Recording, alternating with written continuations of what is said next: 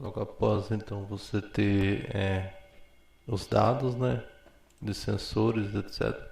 Você pode fazer um acoplamento intermediário, né, entre o mais ou menos situado na metade do pescoço do indivíduo. Você pode simular, após você conseguir os dados de input e output, você simula o experimento em software de simulação e alimenta banco de dados com esses dados. Aí você transfere esses dados para o sistema eletrônico, né? Que a ideia seria você construir um sistema eletrônico que fosse parecido com a cabeça do indivíduo, né? Que tivesse geração de ondas alfa, saída de fluidos, etc. Para então você ter um conjunto feito de três partes, né? Que seria a cabeça, um acoplamento e uma base onde essa base seria o próprio corpo do indivíduo. Isso sendo simulado de maneira eletrônica, né? Simulação eletrônica, para você ter dados de simulação, né? Tamanho do indivíduo, etc. Daí você conseguir então uma base sólida, resistente, para assim inserir a cabeça do indivíduo, que seria conectada a outros elementos. A ideia é que também você poderia usar um corpo robótico, por exemplo, gerando base para novos estudos. Como, por exemplo, você tem um corpo resistente a impactos, um corpo apropriado para o espaço, etc. Essa etapa no estudo teria o fim de construir sistemas que suportassem, né, uma cobaia viva. Uma possibilidade seria criar um acoplamento, né? Esse acoplamento não precisa ser invasivo, ele pode ser externo ao corpo, né? Somente recebendo dados do paciente até se fazer, né, a cirurgia de verdade.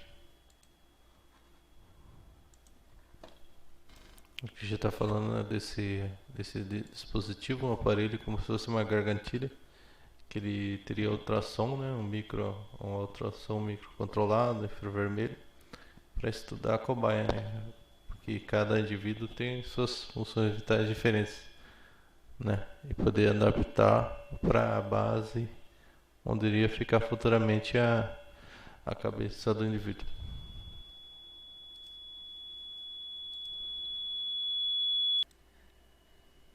Aqui nós já estamos falando sobre o que você poderia fazer antes, né, da cobaia tá, né, antes você poderia utilizar um receptor de ondas cerebrais para controlar movimentos de outros membros do corpo. No caso, o interessante de ter um paciente tetraplégico é que ele não teria choque nenhum, né, ao se fazer ao se realmente fazer, né, o processo. Os membros do corpo, né, no caso, seriam controlados pelo receptor. E, no caso, um braço robótico, por exemplo, poderia ser controlado por ondas cerebrais. Interessante se tirar sempre a mesma cobaia desde o começo do experimento até o fim, porque o cérebro dela estaria habituado ao controle externo.